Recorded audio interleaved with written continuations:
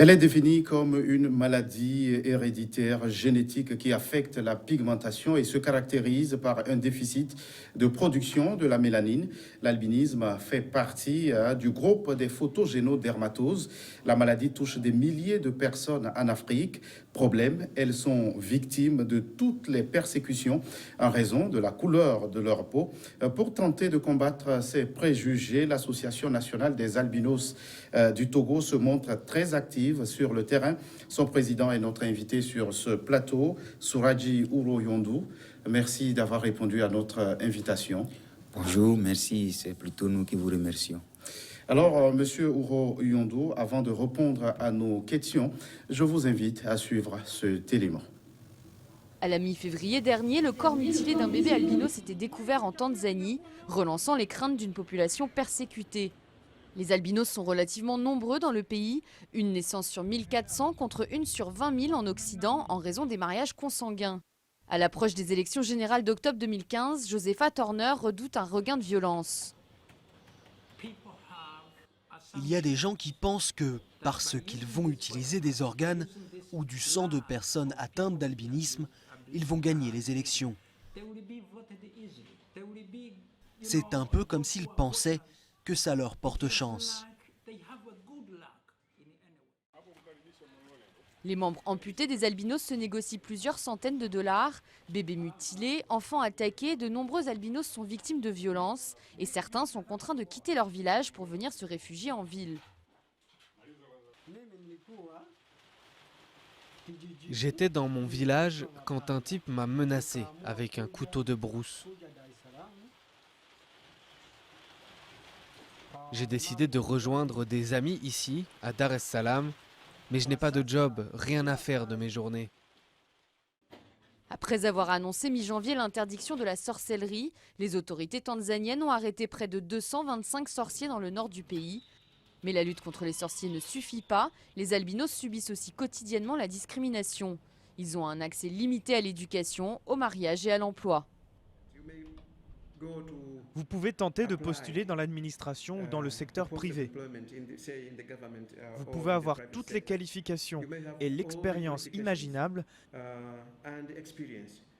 mais vous n'aurez rien à cause des préjugés contre les albinos. Les associations de défense des albinos demandent aujourd'hui un droit à la dignité. Nous voulons vivre comme les autres. Nous ne voulons pas devenir des réfugiés dans notre propre pays à cause de notre couleur de peau. Selon l'ONU, depuis 2006, 75 meurtres d'albinos ont été recensés en Tanzanie.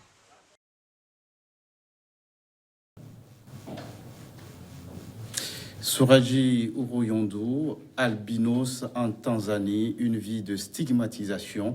Est-ce que c'est ce que vous vivez aussi dans votre pays, le Togo? Au Togo, nous n'avons pas la stigmatisation avec l'ampleur qui est celle de la Tanzanie ou du Burundi actuellement, où il y a encore quelques jours, un meurtre a encore été signalé. Nous ne vivons pas les mêmes tragédies ici au Togo. Par contre, nous avons également d'autres difficultés auxquelles nous faisons face en tant que personnes atteintes d'albinisme. Mais il faut également souligner que en 2017, nous avons recensé un meurtre d'un enfant de 2 ans à Dapaon.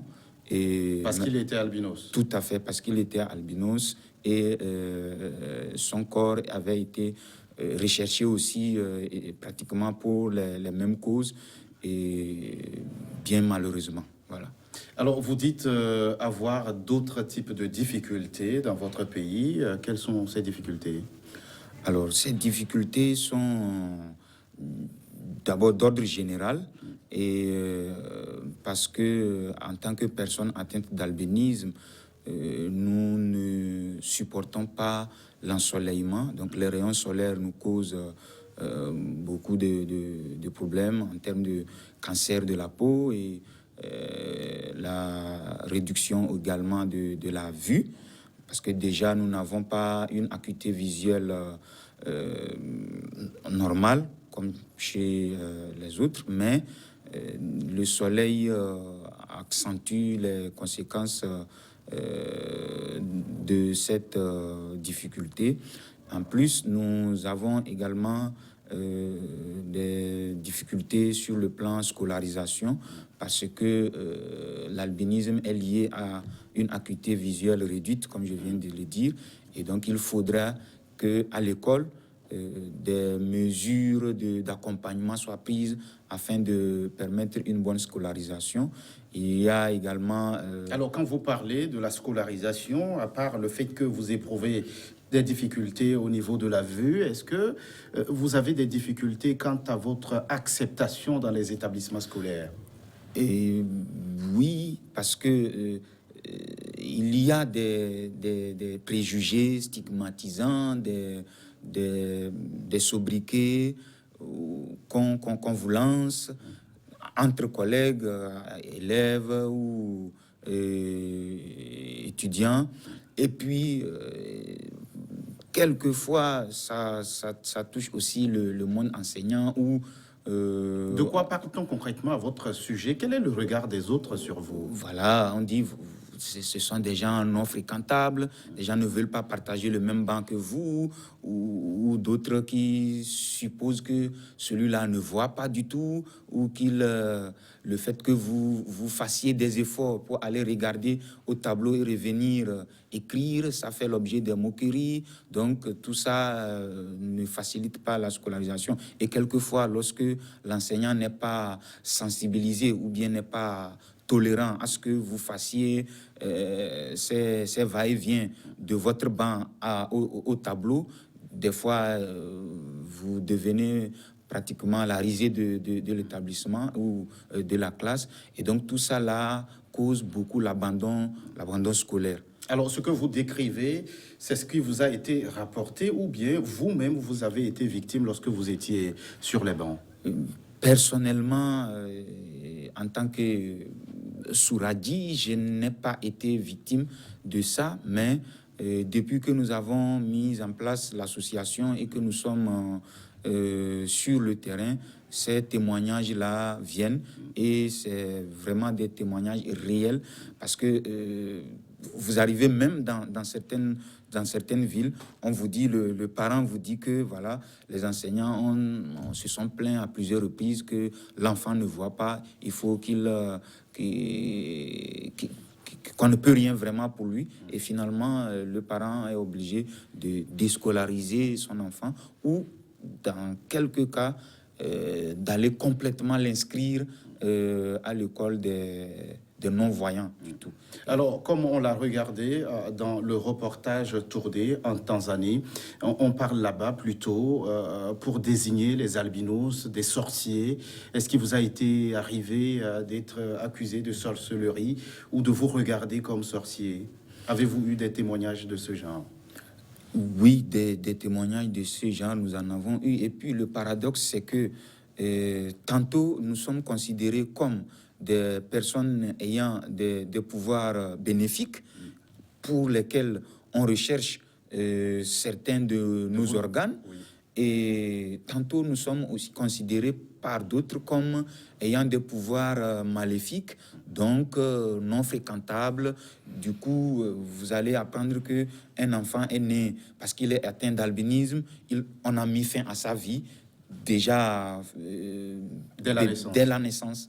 Et ces témoignages-là nous sont revenus dans certaines localités de notre pays, ce qui vraiment nous met un peu en danger.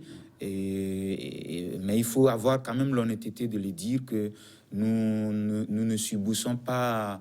ce n'est pas la même ampleur que dans les autres pays, Burundi, Tanzanie ou bien Malawi, parce qu'il y a un meurtre qui nous a été signalé il y a 2 jours au Burundi, où un enfant de 15 ans a été assassiné, le corps a été retrouvé mutilé, on lui a coupé la jambe droite, le bras droit, la langue. tout simplement parce que il Parce est qu'il est personne albinos. atteinte l'albinisme. Alors, Souradji, pour tenter d'inverser la tendance, vous avez élaboré au niveau de votre association un plan stratégique pour l'inclusion socio-économique des personnes atteintes d'albinisme au Togo. Quels en sont les grands axes? Alors, le plan stratégique pour l'inclusion socio-économique des personnes atteintes d'albinisme au Togo a été élaboré par l'association en 2017. Nous l'avons validé lors de la journée internationale de sensibilisation à l'albinisme le 13 juin 2017 et doit couvrir la période 2018-2022. Il faut dire qu'il s'est inspiré, ce plan s'est inspiré du plan d'action régional sur l'albinisme en Afrique, plan d'action régional qui lui-même a été élaboré sous les auspices de l'experte indépendante des Nations Unies pour la jouissance des droits de l'homme par les personnes atteintes d'albinisme. Donc, nous nous sommes inspirés des mesures pertinentes de ce plan d'action régional et également du fait que le Togo est dans une politique d'inclusion sociale des couches vulnérables. Et donc, ce plan-là repose sur 3 grands axes. D'abord, l'axe santé-éducation. Ensuite, l'axe insertion socio-économique. Et le 3e axe, renforcement des capacités de l'association et du plaidoyer. Alors, si nous prenons le premier axe qui concerne le côté santé, alors qu'est-ce que vous menez comme action à ce niveau? Je venais tantôt de dire que les personnes atteintes d'albinisme sont victimes du cancer de la peau en raison de l'absence de mélanine dans leur organisme. Et donc, nous sommes dans l'action santé, nous avons priorisé le volet prévention et le volet prise en charge.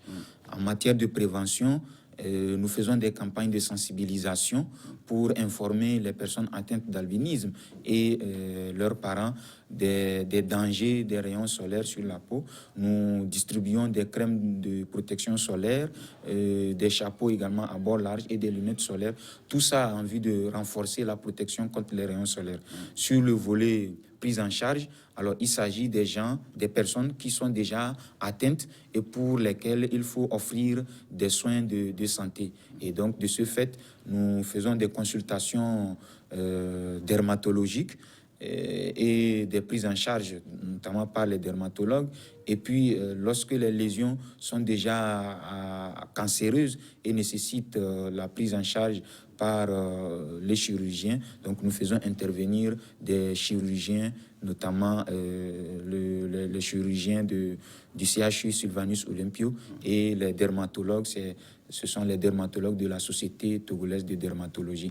Et actuellement, nous exécutons un projet pour lequel nous avons bénéficié de l'accompagnement de la Fondation française, Fondation Pierre Fabre, qui nous appuie à mener ces actions-là dans 10 villes du Togo. Alors, bénéficiez-vous d'un accompagnement, d'un soutien quelconque de l'État, du gouvernement?